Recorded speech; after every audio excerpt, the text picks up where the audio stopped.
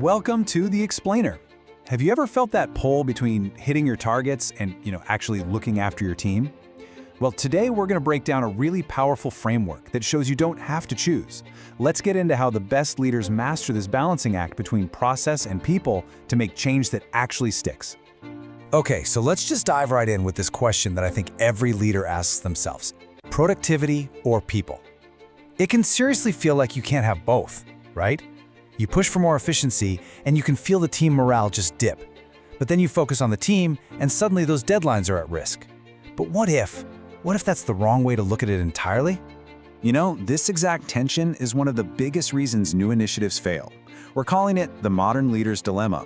And honestly, it's this hidden roadblock that can completely derail even the best laid plans.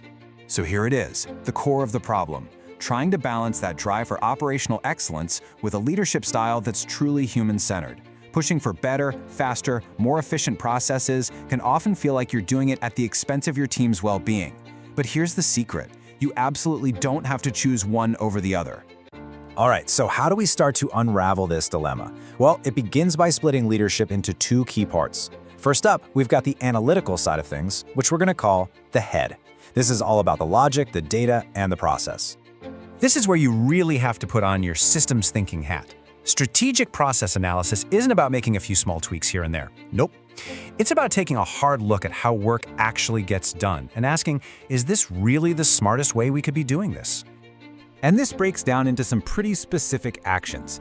See, a great analytical leader isn't just trying to cut costs. They're more like an architect. They're strategically evaluating workflows to get rid of the friction points and build systems that actually help the team do their best work. The whole goal is to make the work smarter, not just harder. But look, you can design the most brilliant, airtight process in the world, and it means absolutely nothing if people won't buy into it. And that brings us to the second, equally crucial side of leadership: the heart. This is all about the art of leading people through a change, not just dropping a new process on them. It's about understanding the human side of all this and just accepting the fact that change can be uncomfortable and even kind of scary for people. So the focus here totally shifts. It's all about empathy, communication, and inspiration. A transformational leader is thinking ahead. They see the potential bumps in the road, they communicate the why behind it all, and they build a real foundation of trust. That's how you turn a top-down order into a mission everyone shares. Okay, and this is where the real magic happens. It's when you stop seeing these two things, the analytical head and the transformational heart, as two separate skill sets. It's when you start weaving them together into one single powerful leadership style. Just think about it like this. The head is all about the what, the systems, the data, the most efficient workflow. The heart, on the other hand, is focused on the how you inspire your team, how you communicate, how you support them through the rough patches. They're not fighting each other. They're two sides of the same coin, and you need both to succeed.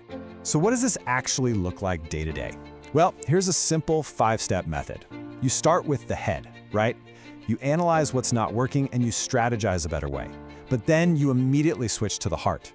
You communicate the vision, you support your team as they adapt, and you create systems to make sure the change sticks.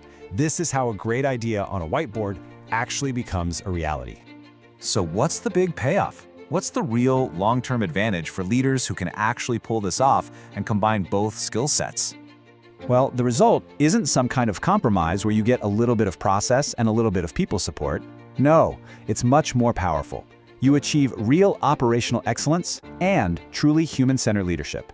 And when those two come together, you create that third critical piece: sustainable improvement that actually lasts.